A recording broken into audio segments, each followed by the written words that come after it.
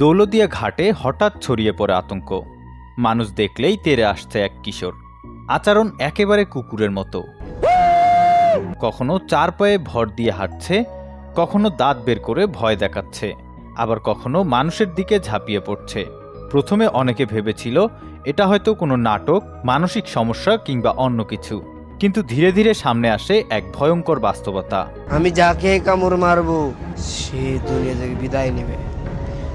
আমি যেরকম হয়েছি ওরকম যদি কেউ না হয়। 3 দিন ধরে রাজবাড়ির দৌলতদিয়া ঘাট এলাকায় উদ্দেশ্যহীনভাবে ঘুরে বেড়াচ্ছে এক কিশোর। না খেয়ে না ঘুমিয়ে অস্বাভাবিক আচরণে কাঁপিয়ে দিয়েছে পুরো এলাকা। ঘাটের দোকানদার, পথচারী আর স্থানীয়দের মধ্যে ছড়িয়ে পড়ে আতঙ্ক। কেউ কাছে যেতে সাহস পাচ্ছেন না, আবার কেউ দূর থেকে তাকিয়ে আছেন মায়াভরা চোখে। কারণ ভয় আর মানবিকতার লড়াই চলছে একসাথে। একদম সেম টু সেম কুকুরের মতো আচরণ করে মানুষকে কামড়ে দিতে যাচ্ছে। আবার দেখা যায় কেউ প্রশ্ন করলেও বলে আমি যারা কামড় দেব সে দুনিয়া থেকে বাঁচবে না। যেভাবে হিংস্র হয়েছে, মানুষের কামড়াতে যায়, আসলে যদি মানুষের কামড় দেয় তাহলে কিন্তু ঝামেলা হয়ে যেতে পারে। কে এই কিশোর, কোথা থেকে এসেছে, কেন তার এমন আচরণ? প্রথমে নিজের পরিচয় গোপন রাখলেও কিছু সময় পর সে নিজেই খুলে বলে জীবনের ভয়ঙ্কর অধ্যায়ের গল্প। একটি ভুল, একটি অবহেলা, আর সেই ভুলই হয়তো বদলে দিয়েছে তার পুরো জীবন। আমি এরকম হয়েছে, আমাকে কুকুরে কামড় মারছিল, তার জন্য আমাকে 3 মাস আগে কুকুরে কামড় দিছিল। হ্যাঁ, 2টা নিয়েছিলাম, আরো বাকি আছিল।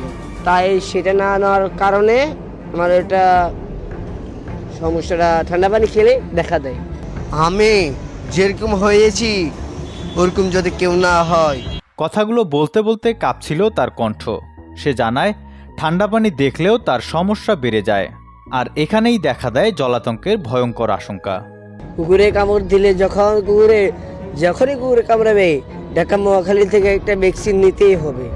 ভ্যাকসিন হলো সেটা 3টা ভ্যাকসিন যখন না নেয় তখন সে মারা যেতে পারে। আজ সে নিজেই হয়ে উঠেছে এক জীবন্ত সতর্কবার্তা। নিজের কষ্টের ভেতর থেকেও অন্যদের বাঁচাতে চাইছে। সবচেয়ে রহস্যের বিষয়, কখনো সে বলছে তার বাড়ি সাভার, কখনো কুষ্টিয়া, আবার কখনো কুমিল্লা। তার প্রকৃত পরিচয় এখনও অজানা। এই অসহায় কিশোর এখন পরিবারের খোঁজে। যদি কেউ চিনে থাকেন, দ্রুত যোগাযোগ করুন সংশ্লিষ্টদের সঙ্গে।